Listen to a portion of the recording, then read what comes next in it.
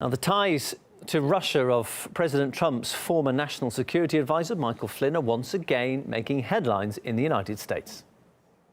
Flynn had previously acknowledged the speaking engagement, telling multiple news outlets in July and August of last year that he received money for the speech in Moscow in December of 2015, but he declined to state the amount, saying, and this is key, that the source of the funds was actually his U.S. Speakers Bureau, not the Russian broadcaster, which, as we mentioned, U.S. intelligence agencies describe as an instrument of the Russian government.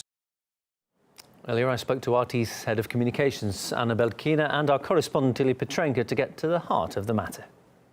What we're witnessing right now is really an absurd extent to which the mainstream media is trying to outdo one another with sensationalized headlines. We're seeing breaking news on CNN, we're seeing groundbreaking revelations and explosive details and so forth. But what exactly are the revelations? That General Flynn came to Moscow to speak at an international conference that was hosted by RT in December 2015. He himself has already spoken publicly about this. In fact, he has spoken to American media outlets about this months ago. The event, by the way, that Michael Flynn has attended brought together an audience of several hundred media professionals and experts, analysts, public figures, and journalists from all over the world to discuss global media and political issues. And General Flynn was asked to lend his expertise on the matters of international security, on which he is in fact an expert, which he did, all of which was public and in fact broadcast for the world to see. So what is the big scoop that, the CNN and Washington Post have? The scoop, so to speak, is really, borderline asinine details of standard kind of back and forth negotiations with a speaker agency over the fee. And it's entirely commonplace, and yet the media is screaming bloody murder. So using the agency and compensating speakers for an agency in order to invite an expert, a VIP kind of analyst speaker for an event, such as our conference in December 2015 was, it's an entirely common practice in the United States and around the world. And not just common practice for any kind of high-profile personality to appear for an event, but there are scores of agencies, particularly in Washington, D.C., alongside of those in New York, in London, and other places, that specifically specialize in working with civil servants, working with former officials from all branches of the government, of politics, and connecting them with opportunities like that. And everything is entirely transparent. Now, the agency with which we engaged, the name is Leading Authorities Speakers, I believe, they're very publicly, very proudly boast a very impressive roster of Washington politicians and other kind of government officials, public figures, and trying to connect them with opportunities such as the event that we held in December of that year. And the practice is so commonplace, it's basically banal. Public speaking, getting paid for it. Surely Michael Flynn's not the only one doing this. Pretty lucrative business, isn't it? It is. And I watched this CNN clip again and I thought, what's the big deal about something that's such a common practice about anywhere in the world? But if you want examples, let's just take the well-known talking heads from America. George W. Bush, since he left the Oval Office, a frequent guest at a variety of events. And they calculated the average that he got for his 140 appearances at various events in just 2 of his post-presidential years. And that was more than $100,000. Let's take the Clintons. Bill, he must have become a multi-millionaire with all the events that he showed up at. But Hillary's thoughts, they don't come cheap either. Perhaps you remember that situation when she was paid some $675,000 for 3 speeches at Goldman Sachs. And there was a really awkward moment when she was asked about it. Did you have to be paid $675,000? Well, I don't know. That's what they offered. So. Why all the focus on Michael Flynn then, if so many people are at this? So you see, when it's about the likes of Michael Flynn being invited to Russia and then getting cash for it, immediately that is a hell of a revelation. And then in the Western media, you see the letters RT and Flynn together, and it immediately sounds and looks like something deviant. And also in the Western media, RT by definition is the Kremlin propaganda, and we understand that if something's a definition, that's something that doesn't have to be proved. And also RT equals the Russian government, and there you have it, breaking news. Michael Flynn was getting thousands of bucks from Putin or from Putin's TV station. Oh, I'll tell you what, you have to have a thick skin to work here at RT, that's all I'll say. Coming back to you, Anna, Michael Flynn, he can defend himself against all allegations against him.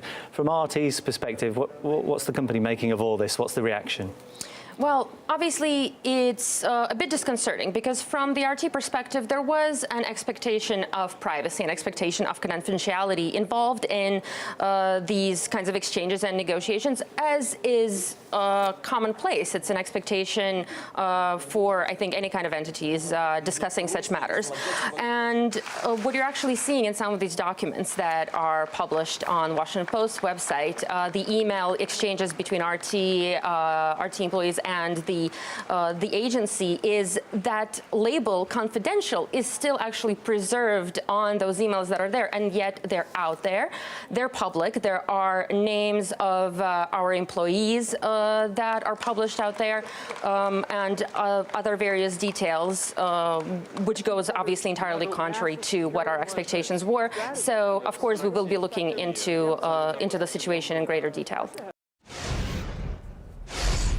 Retired US Army General Paul Vallely joins me live on the line now to discuss this story further. Welcome, Paul. Now, Michael Flynn, just to lay out the kind of the start of this story, he never denied making an appearance at an RT event. He didn't deny receiving money for it. CNN and a few others have been going big on this story. CNN going breaking news on it. They've been talking about, in their headline, in fact, mentioning that he was paid by a Russian TV channel. What is the scandal here as a former army official yourself? Maybe you can see what the concerns are.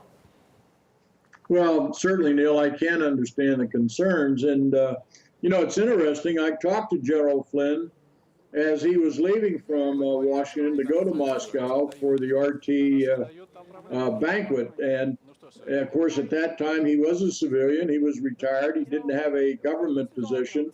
So normal, common business practices and inviting guests and paying them is not out of the ordinary. So what you have are false accusation, unfounded by members of Congress even, to fall prey to this deception and accuse the General Flynn of wrongdoing. So it's entirely a bogus, unfounded accusation and not true at all.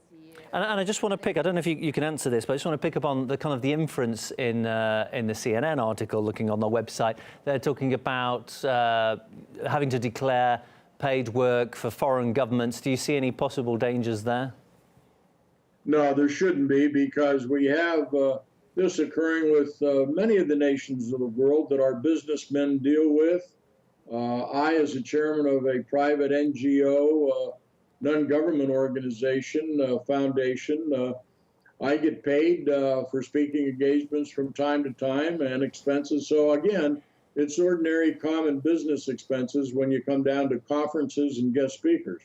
And there is, of course, a small issue that, in fact, RT isn't the Russian government. Whether Flynn received the required approvals for his trip or not, that's one question. Look at this now from RT's point of view, if you can. Do you see anything wrong with RT paying for a speaker to come across and deliver a few words at this, what was, in fact, I think it was our 10 years on air celebration? No, it's not. Well, let me just say this.